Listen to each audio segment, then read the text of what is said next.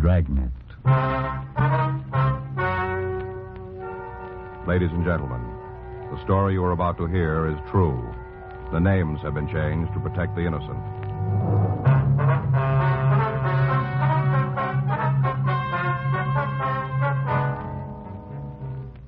You're a detective sergeant.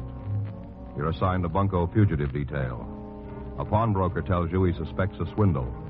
He isn't sure. Your job? Check it out.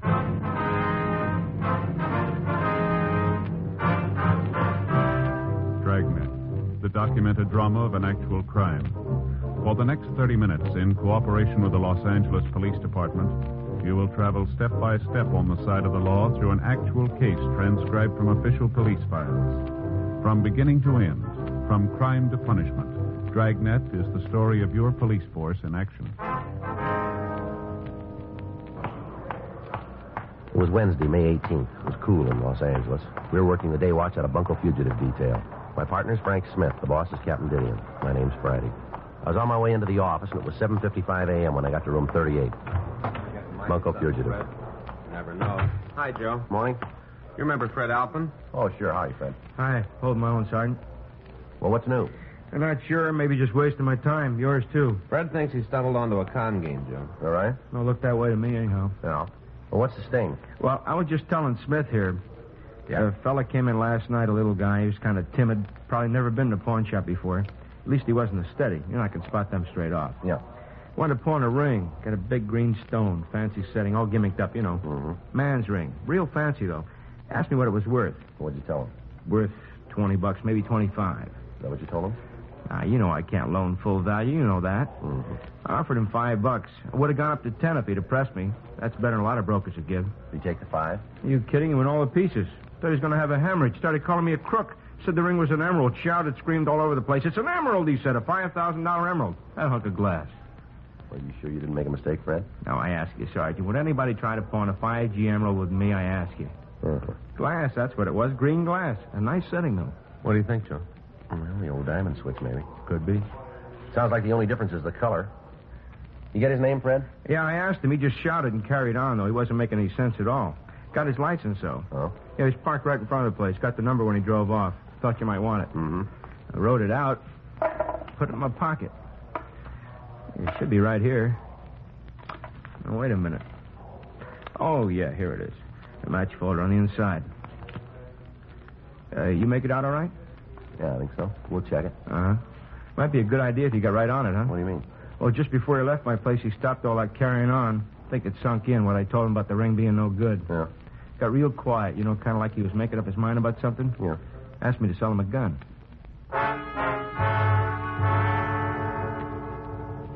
Fred Alpin gave us a description of the man who had tried to pawn the ring. We called our branch of DMV and asked them to check the license number. They came up with the information that the automobile bearing that license was registered in the name of Garfield Hunt at 221 North Selma Avenue, Hollywood. 9:03 a.m. Frank and I drove out to talk to him. Well, it sure is a clear day. Look at those hills, Joe. Well, I read in the paper you can see for 40 miles. Yeah, I bet. Morning. Who are you? What do you want? Is Mr. Hunt here? No. No, he's not here. Well, he lives here, doesn't he? Who are you? Oh, I'm sorry, ma'am. We're police officers. Police? That's right. This is my partner, Frank Smith. My name's Friday. Where is he? What's happened to him? Mind if we come inside? It'd be a little easier to talk. Oh, yes, of course. Oh, I forgot. Sofa's still made up. Slept down here last night, so I'd be near the phone. I thought he might call. Thought somebody'd call. Your husband didn't come home. Never happened before. Not in 37 years. Yes, ma'am. Just let me fold up that blanket so you Here, can I'll sit give you a down. hand, man. Oh, thank you.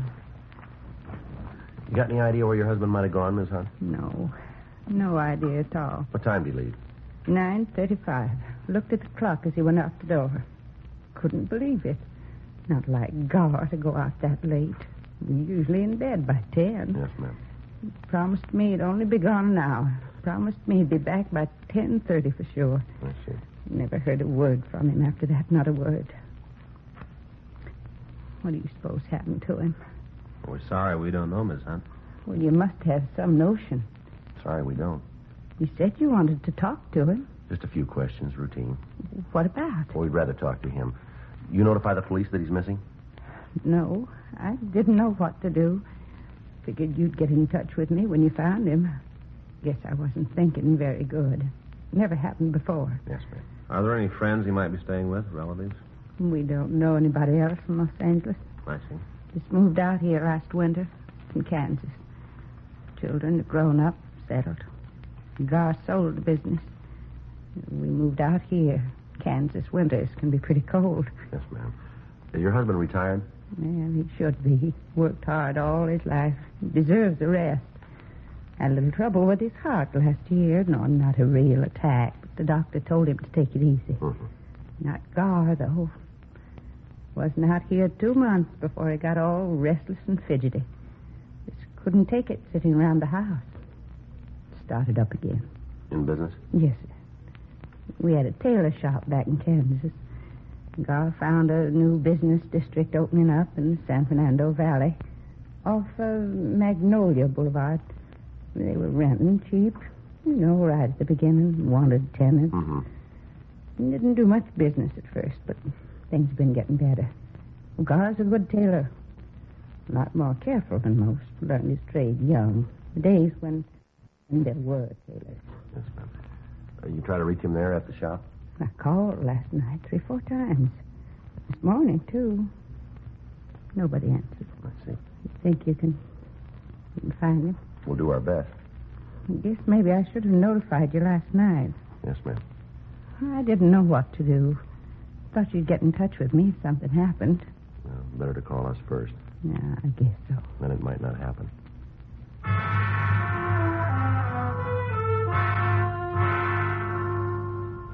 Mrs. Hunt gave us a description of her husband. We advised her to make a formal report at the Valley Division.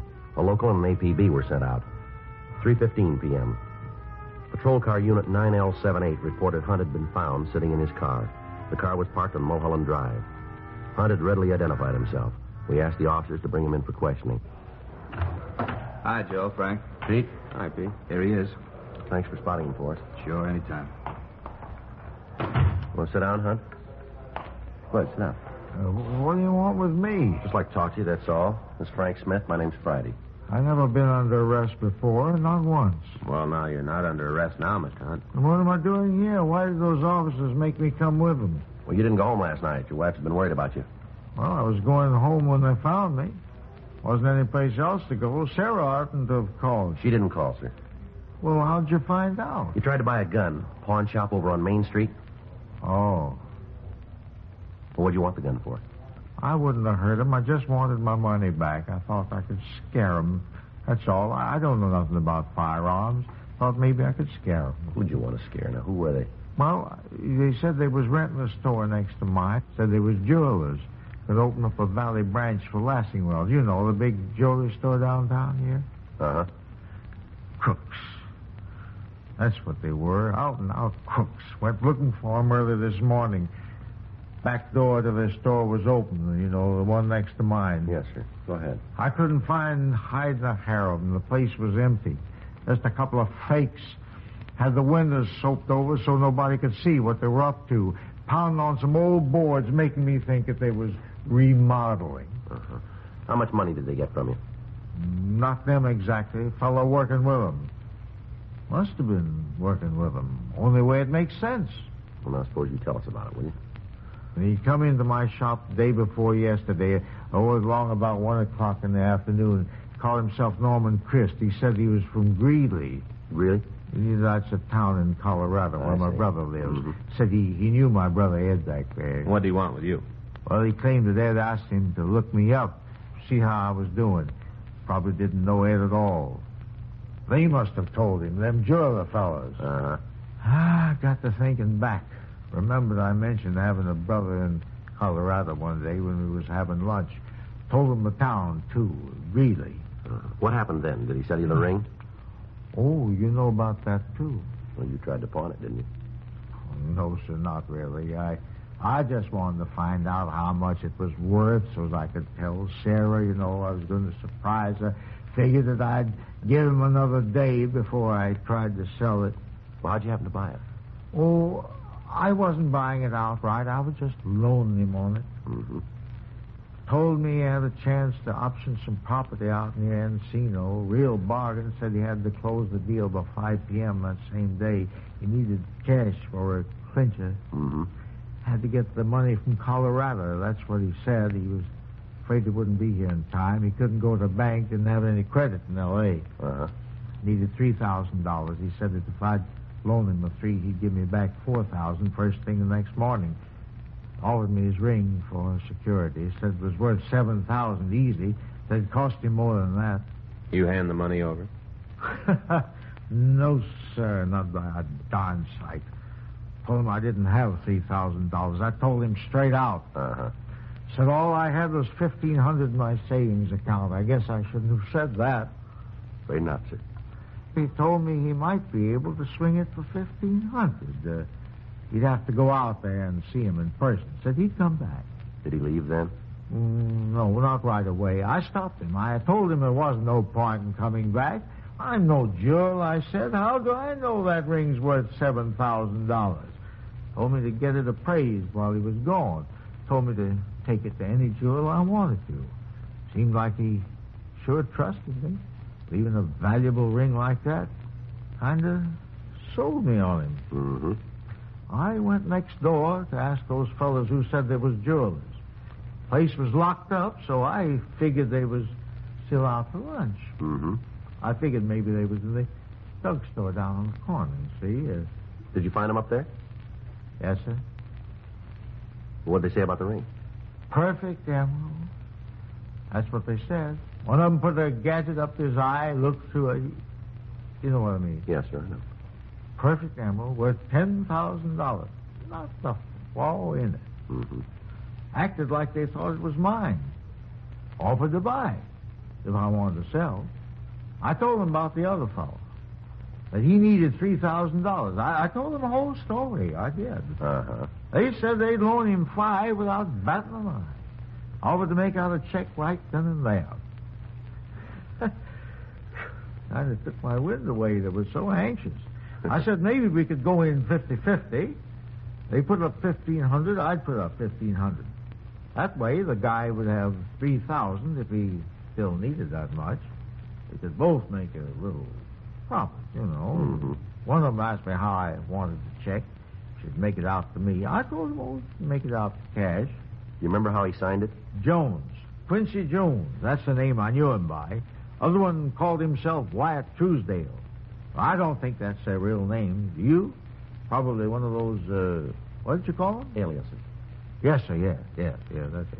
Well, anyway, I went over to my bank and drew out the $1,500. About 2:30, the fellow came back, the one who gave me the ring. Yeah. Said he tried to talk the real estate people into being satisfied with $1,500. Wouldn't come down. Insisted on the whole $3,000. I told him not to worry, that I had it. Give him my $1,500 in the check. He said the check would be okay, seeing as how it was on a local bank. He promised that he'd pay me back the next morning. That'd be yesterday. Yes, sir. And when he didn't show up, I wanted to make sure just how much it was worth, the ring. Mm-hmm. In case something had happened to it. In case he didn't come back for it. That's why I went to the pawn shop. Mm-hmm. Offered me $5 for it. The man in the pawn shop. Couldn't believe him at first. Said it was just glass, hunk of glass. Then a great light broke on me. How I'd been tricked. All of a sudden it come to me. Well, why'd you stay out all night? Why didn't you go home? Well, you see, sir, I couldn't face Sarah. I knew I'd been swindled. $1,500. Every cent that we've saved. Been married 37 years. It was Sarah's money, too. Mm-hmm. Not just because she's my wife. They helped earn it. Well, we'll try and get it back for you, Mr. Hunt. Not much to show for 37 years, is it? That's what I kept thinking while I was sitting in my car up there in the hills. All day long, just kept thinking. 37 years. $1,500. I'll have to tell her, won't I? Well, sir, I think that's up to you. She'll know it anyway. She'll know something's wrong. Yes, sir. Too late to start all over. We won't have them. There's not a chance. Have what, sir?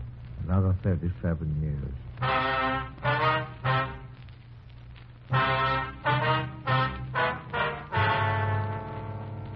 We continued to interview the victim, Garfield Hunt, and he gave us descriptions of the three suspects. The stats office came up with 24 possibles.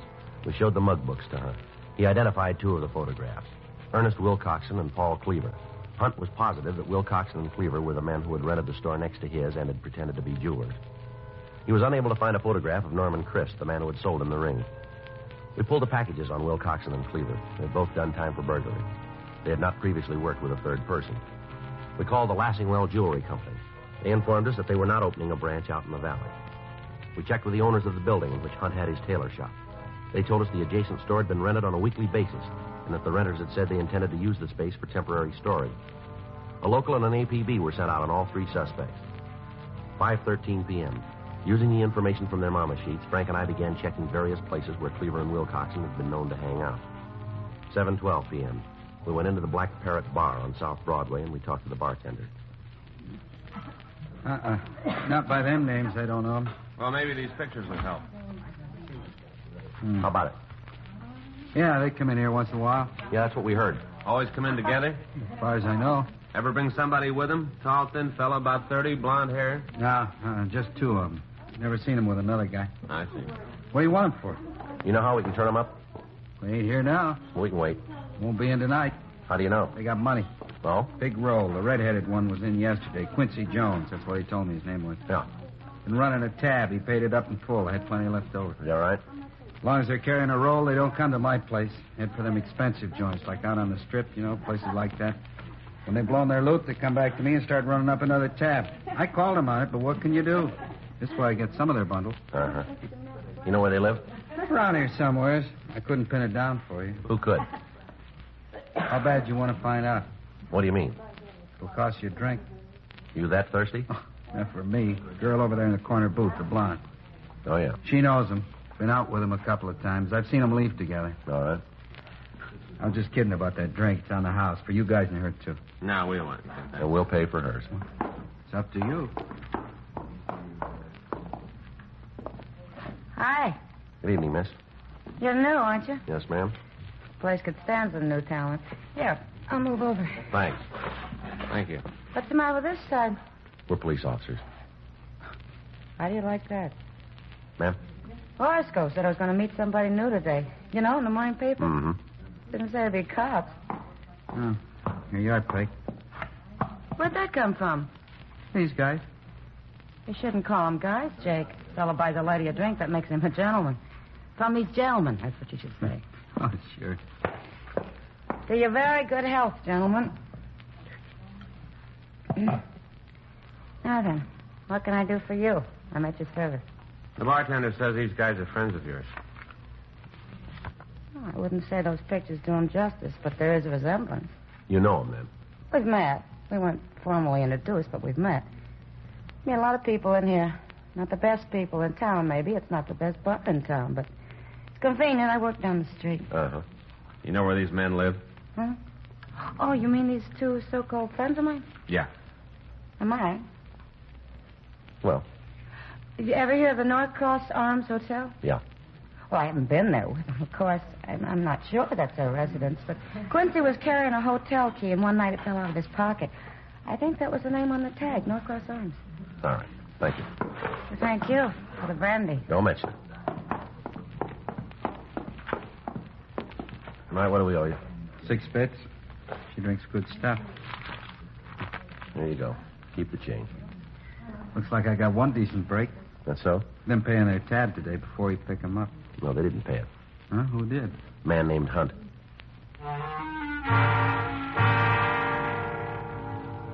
The clerk at the Norcross Arms Hotel told us that 2 men who resembled Wilcoxon and Cleaver were registered under the names of Jones and Truesdale. He said they'd gone out for the evening. He showed us up to their room, 36A. We asked him about the suspect known as Norman Christ. He told us he'd never seen anybody with Wilcoxon and Cleaver who answered Christ's description. 2:48 a.m. Wilcoxon and Cleaver returned to their room. We took him into custody and drove him down to the city hall for questioning. How many times you want to hear Until it? we get the truth. Does Hunt say he gave us any money? He never gave us a cent, did he, Ernie? No, we even paid his lunch tab a couple of times. That's right. Always managed to out-fumble us. Owes us a couple of lunches. He paid him back. What? $1,500 buys a lot of lunches. What 15? You got your share. You've been spending all over town. Hunt say he gave it to us? You still had over $600 when we picked you up. Now, where'd it come from? Hollywood Park. Picked 3 long shots yesterday. You want the names of the horses? Where's Chris? Told you before, never heard of him. Who is he? The guy you worked the game with. Never heard of him. You want to take this rap yourself? What rat? Why'd you rent that store out in the valley? Store? We showed him your mugshots, the man you rented it from. He made you. You want it in person? How about it? Guess they got us there, Ernie. Yeah. We were going to open up a bookie joint. Is that right? Yeah, we changed our minds, looked the situation over, decided it might get a little warm out in the valley, and cleared out. Bookie joint, huh? That's right. Not a jewelry store. What are you talking about? Us jewelers, Ernie and me? That's what you told Hunt. Nothing of the kind. Laid it on the line. Told him we were bookies. Just between us, he was kind of pleased about it. Likes to play the horses himself. Liked the idea of being able to lay a bet so convenient. You're a liar. Now, look. Say, maybe that's what happened to his money. Maybe he lost it on a nag. Come on, let's try it again. Now, why'd you rent the store? You're going to get the same answers. Same questions, same answers. It's a waste of time. We got plenty. 72 hours. That's all you got. You can hold us on suspicion for 72, then you can turn us loose unless you prove something. We'll prove it. How? We didn't take any money from Hunt. Nobody says we did, even him. If he was a mark for this, what's his name, Chris? That's right. How do you wrap us into the package? Hunt never saw us with him. Nobody saw us with him. We'll find somebody. 72 hours, and you got to turn us loose. That's the law. Is that right? We know the law. Why'd you break it?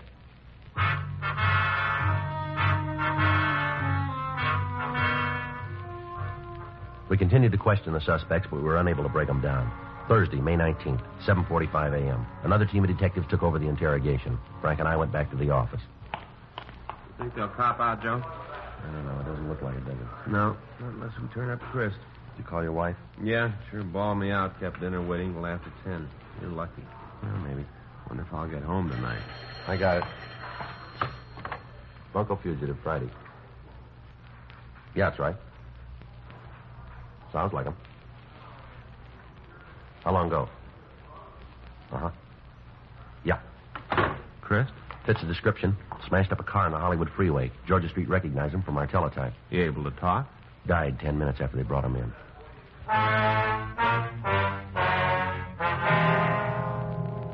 At the morgue, the victim, Garfield Hunt, identified the body. He was positive it was Norman Christ, the man who had sold him the ring. Wilcoxon and Cleaver were also shown the body. They denied it they'd ever seen Christ before. The next day, Friday, May 20th, the evidence against Wilcoxon and Cleaver was taken to the district attorney's office. The complaint was refused. The evidence was deemed insufficient to bring the matter to trial at this time. Wilcoxon and Cleaver were released. 6:05 p.m. Frank and I got ready to sign out. Well, that really tears it. Sure does. The DA's office knows they're guilty. We know it and can't do a thing. Yep. I guess we've been wasting our time, Joe, just fanning the ball. Well, I'll tell you, we've spotted them, and they're going to stay spotted. Yeah. Next time they move in on a mark, we'll make it stick. It wouldn't be very smart of them to try it twice. They're not smart. Huh? They tried it once.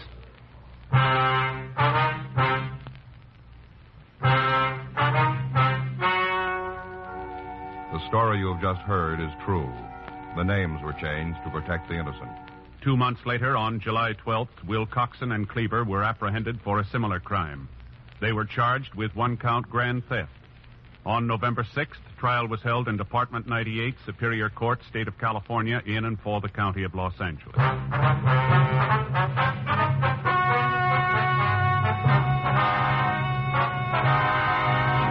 Ernest T. Wilcoxon and Paul Cleaver were found guilty of 1-count grand theft and were sentenced to a term prescribed by law.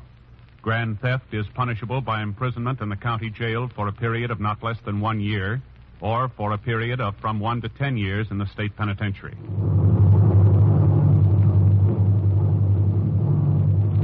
You have just heard Dragnet, the authentic story of your police force in action, and starring Jack Webb, a presentation of the United States Armed Forces Radio Service.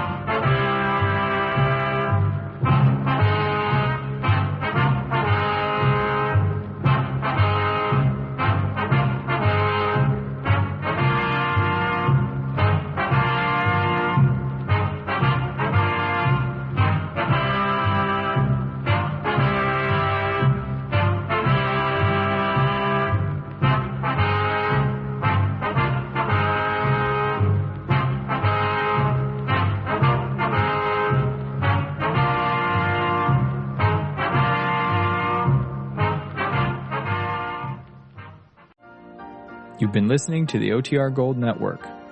Find more classic radio at otrgold.com.